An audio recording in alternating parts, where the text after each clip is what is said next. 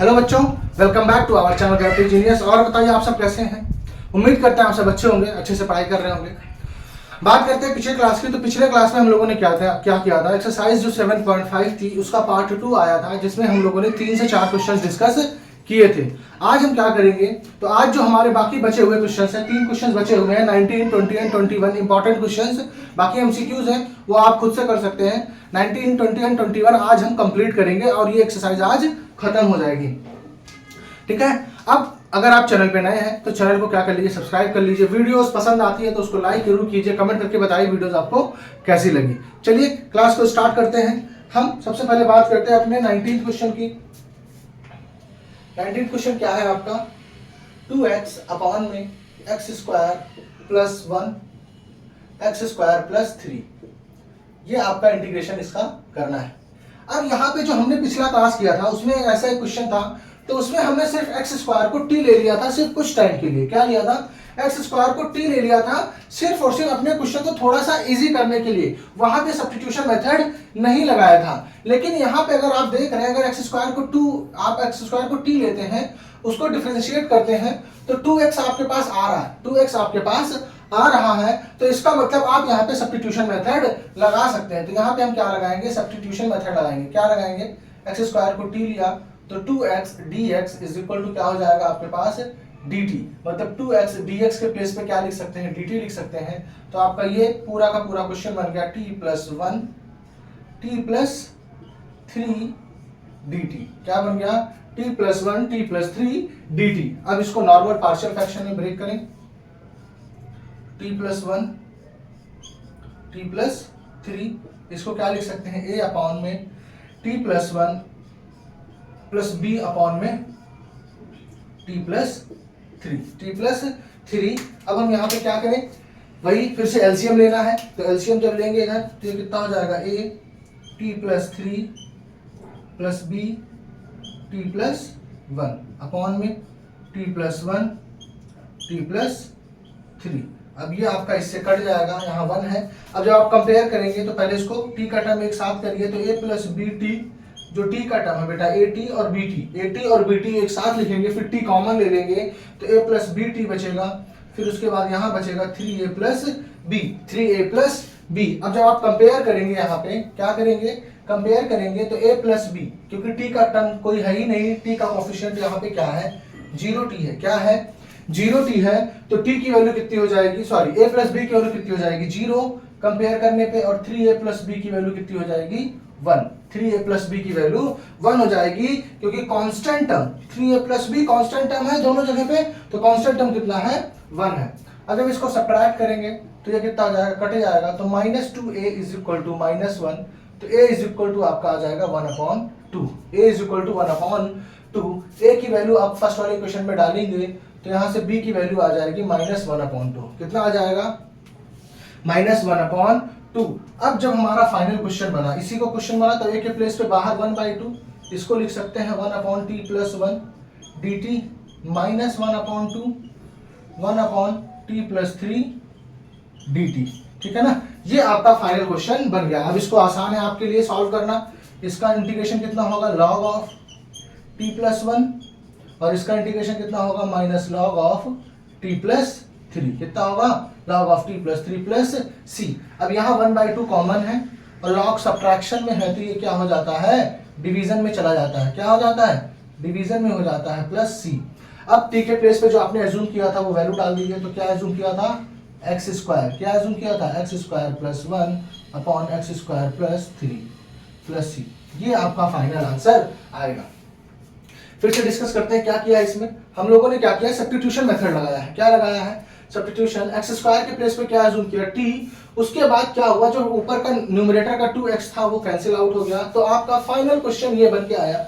इसको partial fraction जैसे हम ब्रेक करते हैं वैसे पार्शियल फ्रैक्शन को ब्रेक किया, कंपेयर करके a और b की वैल्यूज निकाली, फिर हमारा फाइनल क्वेश्चन ये बन गया। फिर हमने इंटीग्रेशन का फॉर्मूला लगा के इंटीग्रेशन निकाल लिया। वो समझ में आ गया होगा, उसको नोट डाउन कर लीजिए आप लोग।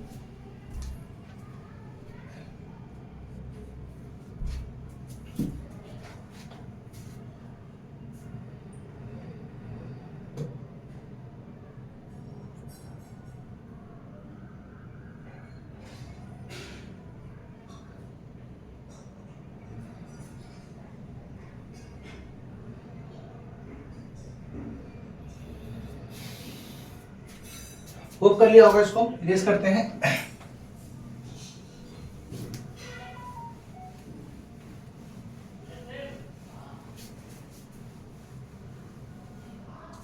अब हम बात करते हैं नेक्स्ट क्वेश्चन की। जो नेक्स्ट क्वेश्चन है बड़ा क्वेश्चन है, थोड़ा सा बड़ा क्वेश्चन है ये, x की पावर 4 माइनस 1 dx। ठीक है, ये क्वेश्चन है। अब इसको क्या करेंगे, सबसे पहले तो फैक्टराइज करना पड़ेगा आपको। 1 अपॉन x की पावर 4 को लिख सकते हैं x की पावर x स्क्वायर का स्क्वायर। क्या लिख सकते हैं, x स्क्वायर का स्क्वायर माइनस 1 का स्क्वायर। जब इसमें आप आइडेंटिटी लगाएंगे a square minus b square का, तो ये x square minus 1 x square plus 1। अब इसको 1 का स्क्वायर लिख सकते हैं, तो यहाँ पे फिर से एक बार आइडेंटिटी लगेगी, तो ये कितना हो जाएगा, x into x minus 1 x plus 1, और ये हो जाएगा x square plus 1 x square plus 1। ये आपका फैक्टराइज होके आ गया। क्या हो गया, ये फैक्टराइज होके आपका आ गया है। अब आप क्या करेंगे, जो आप करते हैं पार्शियल फ्रैक्शन में, a upon x, b upon में x माइनस 1, c अपॉन में x plus 1, plus d upon में x square plus 1, d upon में x स्क्वायर प्लस 1। ये आपका फाइनल ब्रेक होके आ गया। अब यहाँ पे लंबा है बेटा, ध्यान रखिएगा, थोड़ा सा स्पेस की दिक्कत भी रहेगी, इसलिए मैं इरेज कर दूंगा बाद में। अभी आप जितना से जैसे सॉल्व हो पाता है उसको सॉल्व करते हैं। क्या करेंगे, आप एलसीएम लेंगे, तो आपको पता है जब एलसीएम लेंगे तो a का जो मल्टीप्लिकेशन होगा वो इससे इससे इससे सबसे होगा, क्योंकि x यहाँ पे है, तो x माइनस 1 और x प्लस 1 का मल्टीप्लिकेशन हो जाएगा x स्क्वायर माइनस 1, मैंने एक साथ लिख लिया, और x स्क्वायर प्लस 1, इससे मल्टीप्लिकेशन होगा a का, प्लस b का मल्टीप्लिकेशन किससे होगा, x माइनस 1 रहेगा नहीं, किससे होगा, x का मल्टीप्लिकेशन इससे कर लेते हैं, तो x स्क्वायर प्लस x और ब्रैकेट में x स्क्वायर प्लस 1। बेटा हमने जानबूझ के x का मल्टीप्लिकेशन x प्लस 1 से कर लिया ताकि थोड़ा सा बाद में इजी रहे हमारे पास। अब हम बात करें c की, तो c के लिए कितना हो जाएगा, c का मल्टीप्लिकेशन होगा x इंटू एक्स माइनस 1, तो ये कितना हो जाएगा, x स्क्वायर माइनस एक्स और x स्क्वायर प्लस 1। अच्छा एक गड़बड़ है यहाँ पे, x स्क्वायर प्लस 1 है तो यहाँ बेटा dx प्लस ई होगा। ध्यान रखिएगा क्या होगा, dx प्लस ई, क्योंकि नीचे क्या है, क्वाड्रेटिक टर्म है, डिनोमिनेटर में क्वाड्रेटिक है, तो इसलिए ऊपर क्या होना चाहिए, लीनियर टर्म होना चाहिए। अब लास्ट में आएगा क्या, dx प्लस ई। अब इसका मल्टीप्लिकेशन किससे होगा, तो इन तीनों से होगा। तो अब इसको लिख लेते हैं, x माइनस 1 x प्लस 1 का मल्टीप्लिकेशन कितना हो जाएगा, x square minus 1 x square minus 1। ये आ गया। अब सबसे बड़ा इंपॉर्टेंट टास्क है क्या, कि इसका मल्टीप्लिकेशन अच्छे से करना, कंपेयर करके a b c की वैल्यू निकालना। बेटा हम थोड़ा यहाँ लेते हैं, थोड़ा लंबा जाएगा। अब a का मल्टीप्लिकेशन जब ये करेंगे तो ये बन जाएगा कितना बेटा, x की पावर 4 माइनस 1, क्या बन जाएगा, x की पावर 4 माइनस 1 प्लस b। अब इसको मल्टीप्लिकेशन करें, x स्क्वायर का मल्टीप्लिकेशन x स्क्वायर से, तो कितना हो जाएगा, x की पावर 4 प्लस x स्क्वायर का मल्टीप्लिकेशन 1 से, तो x स्क्वायर, x का मल्टीप्लिकेशन x स्क्वायर से, तो कितना हो गया, x क्यूब, प्लस x का मल्टीप्लिकेशन 1 से, तो कितना हो गया, x, कितना हो गया, x। तो हम बात करें c की, तो c के क्या हो जाएगा, एक्स स्क्वायर का मल्टीप्लिकेशन x स्क्वायर से, तो x की पावर 4, x स्क्वायर का मल्टीप्लिकेशन 1 से, तो कितना हो गया, x स्क्वायर, x का मल्टीप्लिकेशन x से, तो कितना हो गया, minus x cube, minus x का माइनस 1 से होगा, तो कितना आ गया, माइनस 1, माइनस x, कितना आ गया, माइनस x। अब हम इसको मल्टीप्लिकेशन करें, तो x का मल्टीप्लिकेशन यहाँ कर देंगे। अगर इसको हम इसको थोड़ा सा सिंप्लीफाई करके लिखें, तो ये हो जाएगा x क्यूब माइनस x, कितना हो जाएगा, x क्यूब माइनस x। अब dx का मल्टीप्लिकेशन x क्यूब से करेंगे तो dx की पावर 4, dx का मल्टीप्लिकेशन माइनस dx से करेंगे तो dx स्क्वायर, e का मल्टीप्लिकेशन x क्यूब से करेंगे तो e x क्यूब, और e का मल्टीप्लिकेशन x से करेंगे तो माइनस e x, क्या हो जाएगा, माइनस e x। ये सारे टर्म्स हमारे आ गए। अब हम इकट्ठा करते हैं टर्म्स, तो a की पावर, देखिए x की पावर कौन कौन सी है, तो a है, b है आपके पास, c के पास भी है और d के पास भी है, मतलब a plus b plus c plus d के इसके पास क्या है, सबके पास x की पावर 4 है। क्या है, x की पावर 4 है। अब हम बात करें x क्यूब के टर्म, तो x क्यूब का टर्म b के पास है, ठीक है ना, c के पास माइनस में है, ठीक, d के पास है नहीं x क्यूब का टर्म, e के पास है प्लस में, e x क्यूब। ये क्या है, x क्यूब का टर्म, किसके क्या टर्म है, x क्यूब का टर्म है। x स्क्वायर टर्म की बात करें तो b के पास प्लस में है, ठीक है ना, c के पास प्लस में है, और e के पास नहीं है, माइनस d, किसके पास है, d के पास है।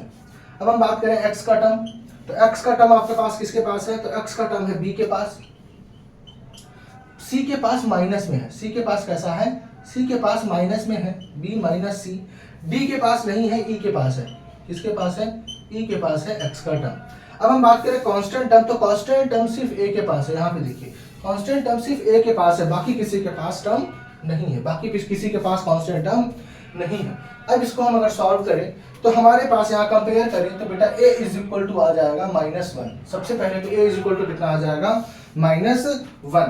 दूसरा क्या आएगा, a plus B plus C plus D equal to 0। बाकी सब की वैल्यू हमारे पास 0 होने वाली है, क्योंकि यहाँ इसकी वैल्यू यहाँ पे बाकी सारे कोएफिशिएंट x की पावर 4 हो या x का क्यूब हो या x स्क्वायर हो या x हो, यहाँ पे कोई नहीं है, तो वो सारे 0 होने वाले हैं। अब अगर a की वैल्यू यहाँ डाल देते हैं तो b plus C plus D की वैल्यू आपकी हो जाएगी यहाँ पे +1। कितनी हो जाएगी, +1। इसको इक्वेशन 1 में अज्यूम कर लेते हैं, क्या अज्यूम कर लेते हैं, 1। b माइनस सी प्लस ई, इसकी वैल्यू कितनी है 0, equation 2। b plus C minus D, b plus C minus D, इसकी वैल्यू कितनी है 0, इक्वेशन हो गई 3rd। ठीक, उसके बाद b माइनस सी माइनस ई, इसकी वैल्यू है कितनी 0, इक्वेशन हो गई 4th, इक्वेशन हो गई 4th। अब आप यहाँ देखिए फर्स्ट और थर्ड इक्वेशन साथ में लीजिए, क्या लीजिए, फर्स्ट और third equation, b plus C plus D is equal to 1, b plus C minus D is equal to 0, ये फर्स्ट इक्वेशन है, ये थर्ड है। अब इन दोनों को साथ में लेते हैं तो d से d कैंसिल आउट हो जाएगा, 2b plus C is equal to 1, तो basically 2b plus 2c is equal to 1, क्या लिख लेते हैं 2b plus 2c, 2b plus 2c is equal to 1 हमारा इक्वेशन आ गया। इसको मार्क कर लेते हैं 5th, कितना मार्क कर लेते हैं 5th। अब हम ले लेते हैं क्या, सेकंड और फोर्थ इक्वेशन, सेकंड और फोर्थ इक्वेशन, तो b minus C plus E equal to 0 और b minus C minus E equal to 0 से सेकंड इक्वेशन है ये फोर्थ। जब इन दोनों को सॉल्व करेंगे तो e से ही कैंसिल आउट हो जाएगा, अब b और c ऐड हो जाएंगे तो 2b minus 2c is equal to 0, 2b minus 2c is equal to 0। यहाँ से आया था क्या आपका 2b plus 2c is equal to 1, 2b plus 2c is equal to 1। अब इन दोनों को सॉल्व करेंगे तो कट गया, तो 4b इज इक्वल टू 1, तो b is equal to 1/4, b is equal to क्या आ गया आपका 1/4। अब आप इस क्वेश्चन को देखिए तो 2b minus 2c is equal to 1 है, तो यहाँ से बेटा आ जाएगा b is equal to c, b is equal to कितना आ जाएगा c, तो c इज इक्वल टू आपका कितना आ जाएगा 1/4, c इज इक्वल टू कितना आ जाएगा 1/4। अब c की वैल्यू पता चल गई, a की वैल्यू पता चल गई, b की वैल्यू पता चल गई। अब e की वैल्यू निकालना चाहें इस वाले इक्वेशन में डाल देते हैं, तो b की वैल्यू कितनी है 1/4 minus 1/4 plus e equal to 0, तो e की वैल्यू आपकी आ जाएगी 0, e की वैल्यू कितनी आ गई 0। थर्ड वाले इक्वेशन में डाल देते हैं, तो यहाँ से d की वैल्यू पता चल जाएगी 1/4 plus 1/4 plus d equal to 0, तो d इज इक्वल टू आ जाएगा -2/4, तो विच इज इक्वल टू -1/2। ये आपकी सारी वैल्यूज आ गई, ठीक है ना, ये आपका सारा वैल्यूज आ गया है।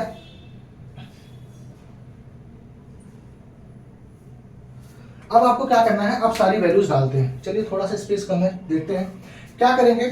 a/x, तो a की वैल्यू कितनी है आपकी आई थी, a की वैल्यू कितनी थी -1, तो माइनस बाहर कर लेते हैं 1/x प्लस ये dx प्लस b की वैल्यू कितनी आई 1/4 1/x minus 1 dx plus c की वैल्यू भी कितनी आई 1/4 1/x plus 1 dx plus e, d की वैल्यू कितनी आई आपकी -1/2 और e की वैल्यू 0 है, तो -1/2 बाहर हो जाएगा और ये कितना हो जाएगा x/x² प्लस 1 dx, क्योंकि e की वैल्यू आपकी 0 हो गई। तो बेटा सब तो ठीक है, यहाँ पे लगेगा आपका सब्स्टिट्यूशन, तो इस वाले को हम ऊपर यहाँ सॉल्व कर देते हैं। x² plus 1 is equal to, अगर हम t ले लेते हैं तो 2x इज इक्वल टू कितना हो जाएगा 2x dx is equal to dt। तो अब हम इस क्वेश्चन को सिर्फ इतने को यहाँ पे सॉल्व कर रहे हैं, तो ये कितना हो जाएगा x, यहां से लिख लेते हैं dx इज इक्वल टू क्या हो जाएगा dt/2x, तो ये हो जाएगा x/x² plus 1 into dt bye 2x, तो x से x कट गया, सॉरी ये हो जाएगा t, कितना हो जाएगा ये t, तो ये हो जाएगा बेटा 1/2 dt ना, इसका मतलब इसका हो गया इंटीग्रेशन 1/2 log t, कितना हो गया 1/2 log t, मतलब इस पूरे का इंटीग्रेशन आएगा 1/2 log t। अब वैल्यू डालते हैं 1/x कितना होगा ये, तो माइनस लॉग ऑफ x हो जाएगा, कितना हो जाएगा माइनस लॉग x प्लस ये कितना हो जाएगा 1/4 log of x minus 1 plus ये हो जाएगा 1/4 log of mod of x plus 1 -1/2 into 1/2 log of T, कितना आ जाएगा log of T plus C. T के प्लेस पे आपने कितना एज्यूम किया था x² + 1, तो यहाँ डाल दीजिए। एक काम कीजिए, इसको 4 से मल्टीप्लाई 4 से डिवाइड कर लीजिए, तो ये log x + 1/4 लॉग ऑफ, ये दोनों मल्टीप्लिकेशन में है तो इसको क्या कर लेते हैं, मल्टीप्लाई हो जाएंगे, तो x² - 1 प्लस ये हो जाएगा कितना है -1/4 लॉग ऑफ x² + 1 प्लस सी। अब एक थोड़ा सा ध्यान दीजिए, तो यहाँ पे क्या है आपका, ये 4 है, ये आपका क्या है, ये आपका 4 क्या हो जाएगा, यहाँ पावर चला जाएगा, क्या हो जाएगा, पावर चला जाएगा। कैसे चला जाएगा, इसको इसी से समझिए कि a की पावर m अगर है तो ये हो जाता है m log a, कितना हो जाता है m log a, तो अगर m log a है तो वो a की पावर log a की पावर m हो जाता है, तो ये हो जाएगा -1/4 log x की पावर 4, कितनी हो जाएगी, x की पावर 4 1/4, ये हो जाएगा log x² - 1। अब ये डिवीजन में आ जाएगा क्योंकि ये मल्टीप्लिकेशन सॉरी माइनस में है, x² + 1 कितना हो जाएगा, ये x² + 1 प्लस सी। अब ये भी माइनस में है तो ये भी क्या हो जाएगा, ये भी कहाँ चला जाएगा, डिनोमिनेटर में, तो 1/4 लॉग ऑफ, ये हो जाएगा x² - 1 अपॉन में x की पावर 4 x² + 1 प्लस सी। ये आपका शायद फाइनल आंसर होगा। नोट डाउन कर लीजिए, इसको एक बार चेक कर लीजिए।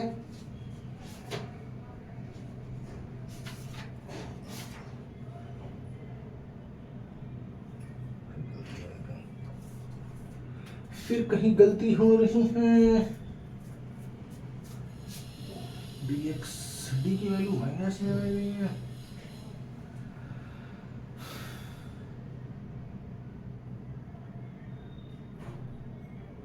अच्छा गड़बड़ हुई बेटा, ये b + d + c इसकी वैल्यू है 1, इसकी वैल्यू कितनी है 1, तो यहाँ से जो d की वैल्यू आएगी वो +1/2 आएगी, कितनी आएगी, +1/2 आएगी, तो यहाँ पे ये प्लस रहेगा, ये प्लस रहेगा, तो ये प्लस रहेगा, तो यहाँ पे ये जो डिनोमिनेटर में है x² + 1, ये डिनोमिनेटर में जो x² + 1 है तो ये मल्टीप्लिकेशन में आएगा, कहाँ आएगा, मल्टीप्लिकेशन में आएगा x² + 1 प्लस सी, तो ये हो जाएगा अब x² - 1 इंटू x² + 1, ये हो जाएगा x की पावर 4 -1 अपॉन x की पावर 4 प्लस सी। ये आपका फाइनल आंसर होगा, ये आपका इतना फाइनल आंसर होगा। होप समझ में आ गया होगा। ये थोड़ा सा बड़ा क्वेश्चन था बेटा, ये वाकई पूरे चैप्टर का सबसे बड़ा क्वेश्चन है, जिसको सॉल्व करने में पूरा का पूरा आप देख रहे हैं, पूरा का पूरा बोर्ड ऑक्यूपाई हो गया है, ठीक है ना। तो यहाँ पे देखिए एक बार फिर से समझते हैं क्या किया है। सबसे पहले तो उसको फैक्टराइज किया है, फैक्टराइज करने के बाद हमने क्या किया है, सबसे जो इंपॉर्टेंट पार्ट है बेटा, वो सबसे इंपॉर्टेंट पार्ट ये और ये ABC की वैल्यू निकालनी है, सबसे इंपॉर्टेंट पार्ट है। एक एक चीज आपको ध्यान से करना होगा, तब जाके आपका ABCD की वैल्यू, देखिए इतना सब करने के बाद भी हमारी D की वैल्यू थोड़ी सी गड़बड़ हो गई थी, तो D की वैल्यू सारी आ जाएगी। फिर इंटीग्रेशन करना आपके लिए आसान है, इंटीग्रेशन करना आपके लिए आसान है क्योंकि इंटीग्रेशन में सब में मैक्सिमम में लॉग यूज हो रहा है, ठीक है ना। होप समझ में आ गया होगा, नहीं समझ में आएगा तो इस क्वेश्चन को एक बार दोबारा देखिएगा पूरे को, ठीक है ना, तब आपको समझ में आएगा कि इस पूरे क्वेश्चन में कैसे एक एक चीज आराम से धीरे धीरे करके हम सारा आंसर निकाल सकते हैं, ठीक है ना। नोट डाउन कर लीजिए इसको।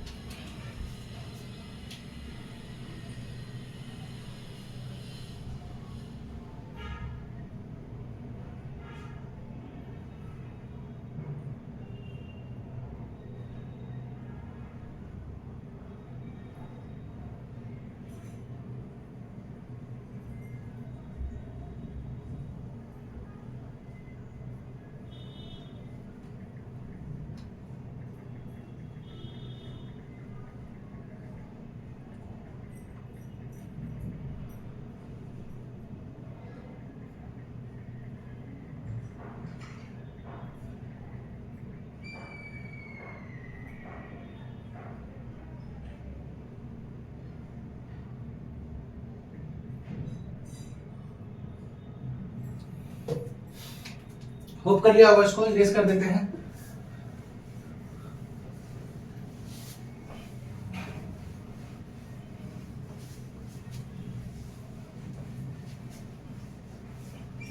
अब आपका आखिरी क्वेश्चन बचता है, वो थोड़ा सा ट्रिकी है, मतलब आसान है, बस थोड़ा सा उसमें एक अलग सा कंसेप्ट लगना है। बाकी कंसेप्ट क्या है, थोड़ा सा सब्स्टिट्यूशन मेथड लगना है।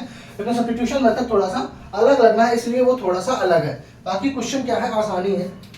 जैसे बात करें क्या है क्वेश्चन नंबर 21 जो आपका लास्ट है, 1/e⁻x - 1 dx। अब यहाँ पे देखा जाए तो आपके पास जो डिनोमिनेटर होना चाहिए वो एल्जेब्रिक फंक्शन होना चाहिए, लेकिन यहाँ पे कैसा है, एक्सपोनेंशियल फंक्शन है। तो एक्सपोनेंशियल फंक्शन आपको हटाने के लिए क्या करते हैं, e⁻x को हम t ले लेते हैं। क्या ले लेते हैं, e⁻x - 1 को क्या ले लेते हैं, e⁻x - 1 को t ले लेते हैं। तो यहाँ से क्या हो जाएगा, e⁻x dx = dt हो जाएगा, और e⁻x हो जाएगा 1 + t। कितना हो जाएगा, 1 + t या t + 1। अब हम क्या करें इसको, e⁻x dx, तो dx के प्लेस पे क्या लिख सकते हैं, dt/1 ये हो जाएगा t, और dx के प्लेस पे लिख सकते हैं dt/e⁻x, dt/e⁻x। अब e⁻x के प्लेस पे क्या लिख सकते हैं, t + 1। क्या लिख सकते हैं, t + 1 dt। क्या लिख सकते हैं, t + 1 dt। अब हम इसको नॉर्मल सॉल्व करेंगे, बस यही तक था जो कॉन्सेप्ट था। बाकी आपका जो नॉर्मल सॉल्व करते आ रहे हैं वही अप्लाई करना है, ठीक। अब इसको जब सॉल्व करेंगे तो क्या हो जाएगा, ये a t + 1 + bt, ठीक है ना। अपॉन में जो आएगा वो कट जाएगा, ठीक है ना, जो डिनोमिनेटर होगा कट जाएगा। अब इसको कंपेयर करेंगे तो a + b = आपके पास 0 आएगा और a = 1 आएगा। तो a = 1 आ गया तो b = -1 आ जाएगा। b = क्या आ जाएगा, -1 आ गया। तो आपका जो क्वेश्चन बन गया वो बन गया 1/t dt प्लस प्लस नहीं माइनस 1/t + 1 dt। अब 1/t का कितना होगा इंटीग्रेशन, log t, माइनस इसका हो जाएगा log t + 1। क्या हो जाएगा, log t + 1 प्लस c। अब इसको सॉल्व कर लेते हैं तो t/t + 1 प्लस c, और log ऑफ t के प्लेस पे क्या एज्यूम किया था, e⁻x एज्यूम किया था। तो e⁻x अपॉन में e⁻x + 1 प्लस c, ठीक है ना। ये आपका फाइनल आंसर हो गया, ठीक हो, समझ में आ गया होगा। इसको नोट डाउन कर लीजिए। ये आपका जो चैप्टर था खत्म होता है एक्सरसाइज। अब आपका जो स्टार्ट करेंगे नेक्स्ट क्लास में वो इंटीग्रेशन बाय पार्ट स्टार्ट करेंगे, ठीक। आज के लिए इतना ही है। इसको मैंने आसान से आपको समझिए एकदम डिटेल तरीके से समझाया है। अगर आपको वीडियो पसंद आई हो तो क्या कीजिए, वीडियो लाइक कीजिएगा, कमेंट करके जरूर बताइएगा वीडियो कैसी लगी है आप लोगों को, ठीक है ना। और अपने दोस्तों के साथ ज़्यादा से ज़्यादा शेयर करते रहिए, पढ़ाई करते रहिए, एंजॉय करते रहिए। Thank you.